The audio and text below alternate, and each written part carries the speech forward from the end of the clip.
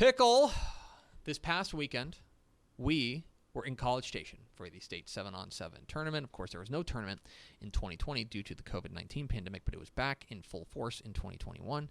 And here to help us break it down with our vibe check is our chief vibe correspondent. We're joined by Ishmael Johnson. Hey, what's up? Hey, Ish. Hey. How was your time in College Station? Hot, humid. That's it. All right. That's going to do it for us. And there were the vibes. And we're done. So we were down in College Station. And for those who don't know how the state 7-on-7 tournament works, it takes place at Veterans Park in College Station. And it's just this large, sprawling park. There's not a ton of tree cover. Nope. Not a ton of shade. And so, yeah, I think the first and foremost is, we can all admit, a little toasty, a little hot and humid. Yeah, definitely. Make sure you have your snacks ready to go, your water ready to go, all that. The cooling towels were clutch. the most clutch thing that any of us brought. I feel like we can all agree on that. Yeah, and so it's you know, you got a big dumb hat, you got sunglasses, you got sunscreen, stuff like that. Sunscreen was also important. Sunscreen was important, and this was now Pickle. I'm interested in getting your opinion on this because this was your first trip Yeah. to 7-on-7. I was a rookie. What was your overall takeaway? How did it measure up to your expectations as far as the event is concerned? It was as hot as everyone said it was going to be. Like that is because I was like, oh, come on. Like it'll be hot, but is it really going to it is that hot, as hot as they say. So that was one thing. But it was really, really, I was unbelievably impressed by how efficient everything went. Like they have it, we were talking to a couple of the parents and stuff that were out there, and it's like they have it nailed down to a T. Games aren't running late, games are starting right on time, it's in, it's out, registration went well. I was very impressed by just when you get there, you realize the massive teams that were there. And it's like the fact that they can keep that many high schoolers on that much of a schedule, it is totally obvious that it's run by coaches. And that was like the big thing that I took away. I was very, very impressed with that. But it was a lot of fun. Once we kind of figured out field numberings and Mallory and I knew where we were going, it made it real easy to get around. It was a good time. And it was nice to be back to normal, like I said earlier. That was the biggest thing. Yeah, that, you know, Ish, I don't know how many coaches, you know, the great thing for us is that we're around there. We get to see coaches that can't coach the games, so they're miserable. But they're thinking about football. They're there. And so I don't know about you, but the overall thing that I heard from coaches more than anything was like, man, it's just good to be out here doing football stuff. Yeah. Similar. And you kind of got the feeling from, a lot of media members, a lot of parents as well, because, media members, we had our own COVID protocols to follow during the fall, and you couldn't be near the teams on the side. You could be on the sidelines, but you really couldn't be near the teams during the fall and things like that. And so just having the freedom to roam around again, just kind of interact that way. And I want to kind of echo what Pickle said about just the efficiency of it all, because in previous years, there were some rule changes and to the game. In previous years, there were 20-minute halftimes or 10-minute halftimes. 10 minutes. Yeah. 10-minute halftimes. And the halves were about 20 minutes, and they reduced them to 15. Now there was a 2-minute halftime. And so games were just going if that, in and too. I was about to say, if that. Sometimes water they break. just, I was about to say, Be like, water you guys break. good to go? Let's go. Yeah, it was like either water break, go, or just flip, right? You just flip the field. And that made games go by so much quicker. The one of the biggest hurdles, and you could probably ask anybody who's done all 3 days, as anybody who ever goes, the biggest hurdle comes on the second day when divisions 2 and 3 are going to the championships and division 1 is starting at the same time, because you get an enormous amount of foot traffic. D3 and D2 are still there, so their parents are still there, their traveling parties are still there, and the big schools are coming in. So you get just like navigating that whole cluster was always the worst part. That was alleviated this year because D2 and D3 were done basically 30 minutes to an hour before D1 got started because of the time change. And so that cleared out basically the fields for about a good 30, 45 minutes. And then D1 had basically the whole area to roam themselves. It wasn't hard to navigate and get to, across the field or whatever, or across the park, I should say. And that cleared up so much. And then you could just focus on D1, right? Yeah. And towards the end of the day, you had the the championship and the championship on the same field, which typically it was just the championship, the winner's bracket on one field at the end of the day. And so everything on Saturday was done by 2. which is wild because usually the game's not kicking off till 3, and the game kicked off at 1. So by that time, you're interviewing the champions, you're talking to the players, and you're out of there. It was very efficient, and the time I couldn't credit the guys enough for that. How making such a drastic change like that still went as smoothly as it did. So there were 2 big changes this year, and one of them was the timing element of 15-minute halves and basically 1 to 2 minutes at halftime. We're not taking this long halftime, Right. or anything like that. The other thing, and this is a small thing, but it made a huge difference, is in previous years there was basically 1 clock. Okay, Yeah, and yeah, every that's a good field operated on 1 clock. Okay, and And that would go for injuries too, because every time an injury would happen, like you're on field 12, injury happens on field 3. Literally a half mile down the park, and the whole event stops. I thought that was wild when you told me that. It was. Yeah, that's how it used to be. And there would be literally an air horn. There'd be like an to start and stop the halves, the timing. And instead, they said, all right, each field is going to keep their own time. And remember, when I say field, that means 2 different games going on. There's a north field, a south field. And a south field, yeah. For each one. So if there was an overtime game, it only impacted 1 other game, or 2 other games couldn't start on time, as opposed to everything else. And those other, it would be like the kind of thing that, because there was one on the final day on Saturday that I think it was Harlingen South and El Paso Coronado. Yep. They went 5 overtimes. Yeah. The first game, the 8 a.m. game. And in past years, that would put the whole tournament 25, 30 minutes behind, and then it would just kind of snowball from there. Instead, that one field just caught up as time went on. They were able to shave off a minute here, shave off a minute here.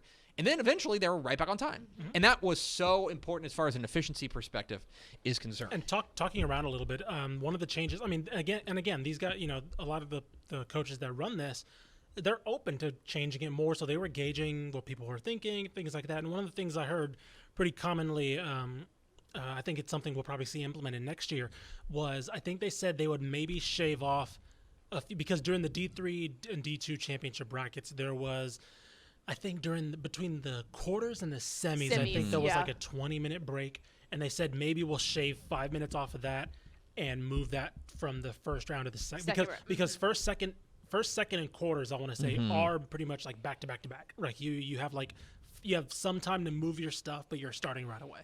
And then from the quarters to the semis, there's this big gap. So what I think will be done next year is they might take 5 to 10 minutes off of that break and move it in between, so you're not doing back-to-back games. Right. Because those quarter games, I mean, there were some teams that looked pretty drained. They were towards the end, it was getting to a real big battle of fatigue there. Yeah, exactly. It ended up being like you wanted it to be who is the best team out here, Sure. not who can cramp and less. I You was know? gonna say, and it's hot. So those athletes are, when they're doing that. The other thing, just from a 7-on-7 rookie perspective, that I never really thought about was I loved having the pool play where you get to go around and see literally any team that you want, and then that next day with the championship or consolation bracket, those are one and done games. Yeah. So Yeah. the vibes, if we're doing a vibe check here, the vibes in the fans on those elimination games starting at 8 a.m. Like, it was crazy to see people so hyped, but it's because if you lose that 8 a.m. game, you don't have another chance. Just get in the car and go That home. was awesome and made the whole full day that we were out there go by like that because everyone was so amped. And if you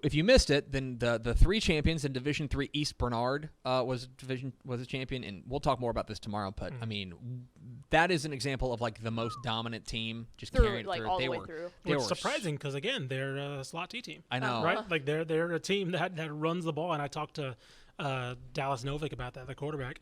And, I looked it up. Last year, he threw under 80 passes on the season, and they go out and win and dominate 7-on-7. Well, and it tells you 2 things. One, about their defense, Sure. which that's gonna translate, apple to apples more or less. The other thing, unless their front 7 is terrible, which I have a hard time believing East Bernard's front 7 is going to be terrible. Didn't look like it. The other thing is, and this is an important thing to always take in, is the context, right? The context is you got teams, for example, watching Cy-Fair. Cy-Fair is a team that runs the ball a lot. Yeah. If they're able to go out there and throw the ball, then you go, okay. Something interesting here. For example, another perfect example is Wascom. Wascom's a team that runs the ball exceptionally well, but all of us watched that sophomore quarterback, Cole Watson, Yep. that sophomore quarterback, and Kim Wayne, like, this dude's a playmaker. Yes. And when you add that context into the fact that they're always going to be able to run the ball, that's what they want to do. If they're adding this passing element, they're going to be especially dangerous. So East Bernard wins in Division 3. Division 2, Kaufman wins. They beat Argyle, their district rival, in the championship game. That game got a little, not the game didn't, but there was some atmosphere. There was some chippiness among the fans. There was some tension, exactly. Added a little humidity. We were taking some. It was serious, and that's part of the I think, the rivalry part of it is that you had these two teams that know each other really well. Plain and simple, Argyle took it to Kaufman last year in 11-man, and they were, Kaufman I think came in, chip on their shoulder, wanted to come in and prove that they could hang, and they had already beaten district rival Melissa on the way to the title game. They end up winning which was another team that looked ridiculous. Exactly right. And speaking of rivalries, we did get to see Lake Travis and Westlake finally. Yeah, because we missed out on it last year. We did. We missed out, but they played in a quarterfinal.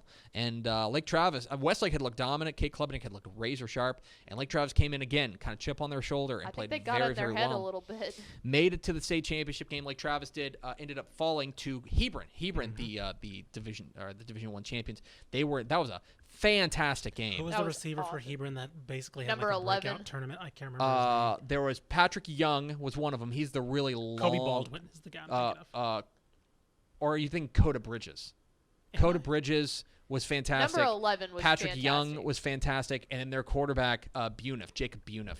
All three of them were fantastic. Sharp. It was Kobe Baldwin was number 11. Yeah. Okay. He had a break. He had no. I think Nick Harris tweeted he had no offers coming right now. That's at least gonna as of right now, change. because he was the best player probably in that D1 they had bracket. one 45-yarder that was literally the first play, just a dime to him. It was unbelievable. It was impressive to watch, and Hebron wins their first ever 7-on-7 championship. But I'll just close it out with this: that this felt like it was the first time on the first major event on the football calendar, the first big event on the football calendar that got back to normal.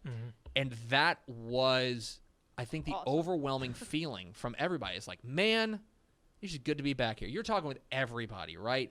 Who are just so thrilled to be out here. And all the coaching interviews we did, which I think are all up on YouTube now. We'll be playing them over the next couple of weeks.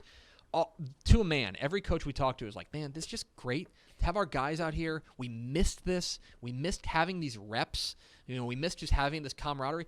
Look, and I think even in the media, like us, like we just missed kind of breaking each other's balls. You know what I mean? Like we missed like that camaraderie of just giving each other trouble, and we would go and after each day. Yeah.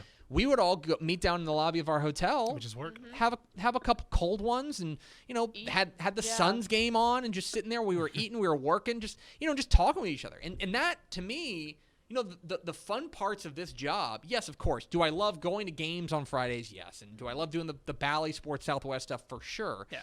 But like a lot of it is like a lot of the best parts of this job is just like hanging out with the Dave Campbell's crew and hanging out with the media, the leering press, and just hanging out with each other. We got to see Gabe Brooks from 24/7, Mike Roach, our buddy Guy Frazier, Nick Harris. Surprise showing from Sam Kahn and now at the Athletics. Yeah, Sam Kahn showed up. Awesome. Tim Verghese and all those guys. Like it's just good to see. We mentioned Tony Blaylock and Ant. We got to see those guys. Yeah, all of our guys down at Texas Live that we were able to hang out with. Yeah, and just hanging out and seeing guys. Seeing people we haven't been able to see in a long time. And so it was just good. I think overall, like even if you came out there and you went 0-4, right, and you were just bounced, I think everybody went out there and was like, man, this sure beats just sitting at home and wondering if we're gonna play football in the fall. That was the overall like attitude I felt basically talking to everybody out there. Yeah. And I think too, real fast, because we said that we were going to mention it, but the shower. Because we would leave the complex, go up, shower, and then we would come down and eat and do the instant reaction video. And like Mallory and I both came down, no makeup, full wet hair, and it was like the most relieving thing ever. It was an elite shower. Those showers were a gift from God at that point. An elite shower. So a lot of fun. A lot of fun out there. We were sweaty, and we were hot, and we were miserable but it was a good at times. But like it was the best kind of miserable, And thanks to all the coaches who stopped by and did interviews with us and just shot the breeze with us. A lot of fun. seeing those guys and yeah. They were selling magazines too, and it was really cool to hear some of the fans' stories about magazines and stuff like that. So thanks for everyone who stopped by our booth. Yeah, we had a booth and we had towels and magazines and stuff. But we sold out of magazines again. Like just like we bring them down there and people want to buy them, and I guess that's weird if you want that many. If you're kind of into that kind of thing, I guess. Yeah. Although if you're at 7-on-7, like that's kind of the you target. were definitely into those that. are the target nerds. That's true. That's our target demo. Nerds. That's our target demo. So we appreciate that. And then tomorrow it'll be Matt Stepp will be sitting in this chair, and we'll talk a little bit more about like the individual playmakers and the teams that we saw that impressed us at each level and stuff. So we'll have more coverage of what we saw, and then I bet on Wednesday we'll talk a lot about what Greg Powers, our recruiting analyst, saw. So still wrapping up the State 7-on-7 tournament, but it was a great time down there. And of course, we by the way, thanks to our buddies at Texan Live. Who broadcast the games? The reaction was very, very positive. The guys, Trevor and Gavin and Jesse and those guys, cool hang out with those guys too. And just a lot of fun. Just a lot of fun down there in College Station. And if you have the means next year, make it down there, even if just for a day. Go down there and check it out. It's worth your time if you're a Texas high school football nerd. It's your first time to gets that itch going. As Stepp was saying, it's the chips and salsa to the to the fall enchiladas. You know what I mean? Just a little bit of a preview. So.